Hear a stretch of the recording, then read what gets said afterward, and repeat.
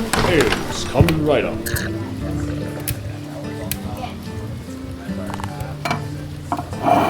Hello, and welcome to the BRB. Please, have a seat. You're just in time for Tavern chatter.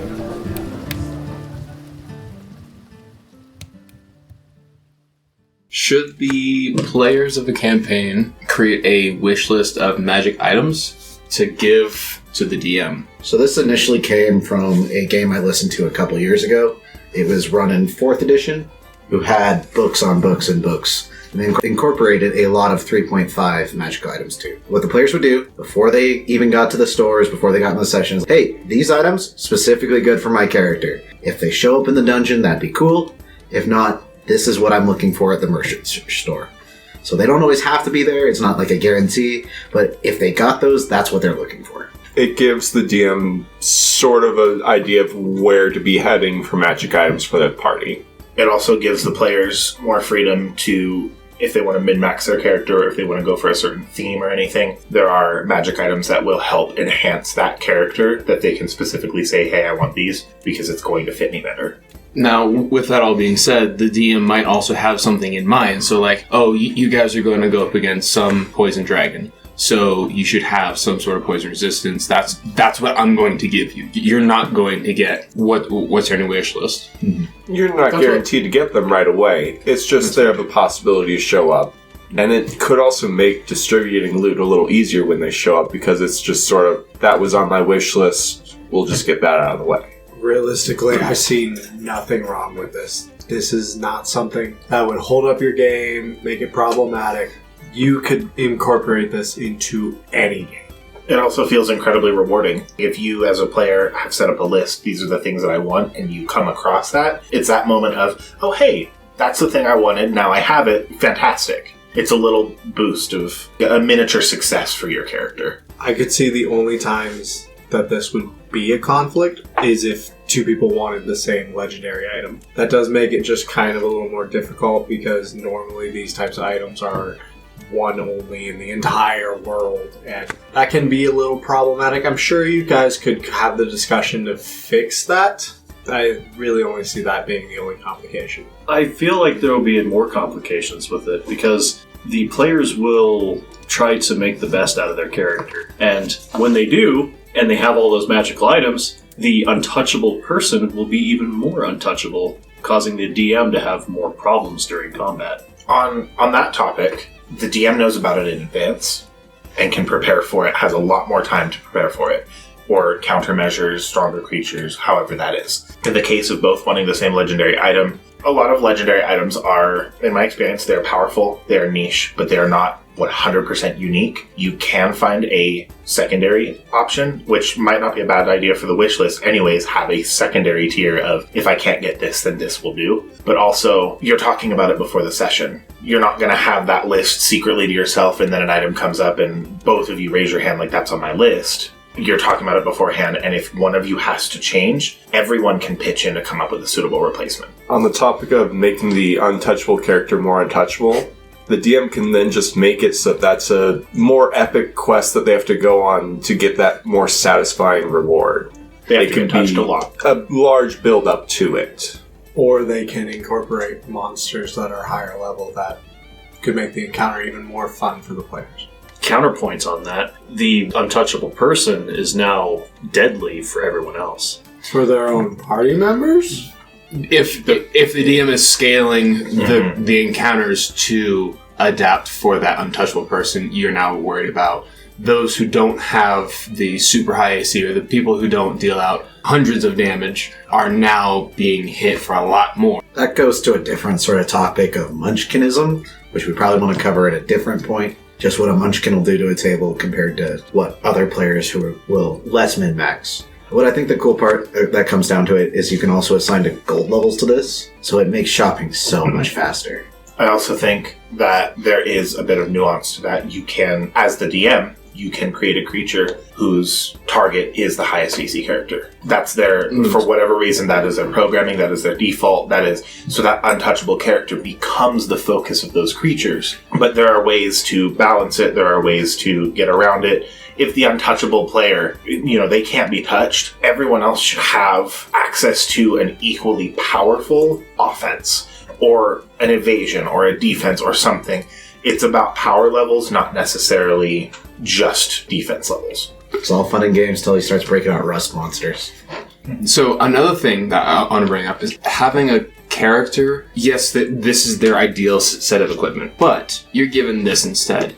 And to find a way, you know what, that is a lot of fun, and I'm going to have my character adapt toward, cool, I got this broom of flying, and I'm going to start flying everywhere. I don't need whatever. I enjoy this sort of character development, rather than sticking on one path and staying there. You can incorporate it however you want, though.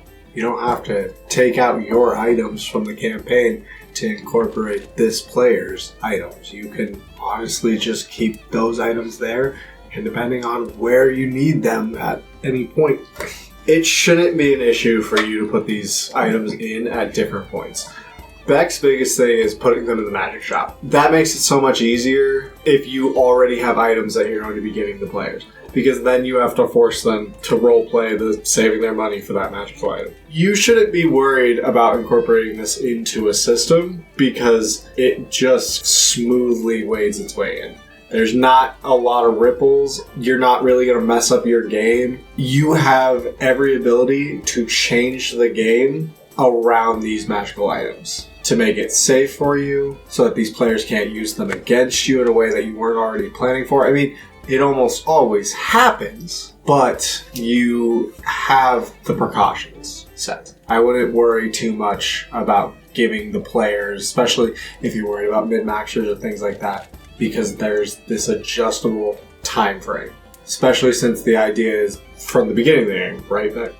Yeah, so you have so much time to adjust. It can be more rewarding to these players to receive something that they know is going to positively increase their character. And realistically speaking, if you're just adding in a magic shop, the only balancing you would have to do for progression at that point would be the gold. As long as you set the right price, it's not going to get too crazy too quickly. The one issue that I take with having all of the items at once in a magic shop, how do we feel about letting people edit their magic items list partway through? If they find an item that they want to switch towards, that opens up a whole new list, a whole new build. Would that realistically be doable? In game, the shop inventory would just change. You as a DM, would you want to do that? I don't see what I would want to stick, or why you would need to stick to one list. I can see it being an ever-changing list. It would be, the biggest downfall would be you have to then rebalance those items for gold cost, because it's not always going to be a one-to-one. On the topic of balancing, when you have a module, they usually give you recommendations on what magical equipment can be used for those dungeons. When you go off and try to give a person an item on their wish list, sometimes that can break the setup of the dungeon, and that one small decision of trying to have that magical item now just became lots of work for the DM down the road. Like a power creep sort of deal? Or a ring of frost immunity when you're in a ice-based dungeon sort of thing. I feel like your players are already going to look for that sort of thing, though. The players are going to plan, at least you know ahead of time. They know we're going there, they're going to ask for this anyway. It'll probably be there if that's what they're looking for. I think what Brant is talking about is more the full campaign and not just one part of it, where it's balanced as is and there are items that could break that whole thing. In that instance, talk to your DM. When you're talking about setting it up, your DM can absolutely tell you they should at least be familiar with the basics of the module at this point, and they should be able to tell you, hey, this item is going to be a little bit too powerful for this campaign. Let's talk about a replacement. I feel like the DM wouldn't notice how powerful the item is until it's already too late. That could happen, I can see that. Yes, that almost always will happen. Always. You can adjust around it. It's, as DMs, it's our job to run a game for the players. You shouldn't be afraid to put these into your game and unbalance your game, because we are DMs. We know how to run the story. You know how to play the game. You know what? Cut all of this, because this only works for fucking experienced DMs. Like, if you're a first-time DM, this is so unfair to you. Theoretically, if you're playing with the newbies anyway, they're not knowing what they're looking for anyway. Yeah. It does sort of balance out eventually. If you're all new, if it's a new DM, new players, or even new DM and experienced players, That's the DM's learning experience. Oh, that's what that item does.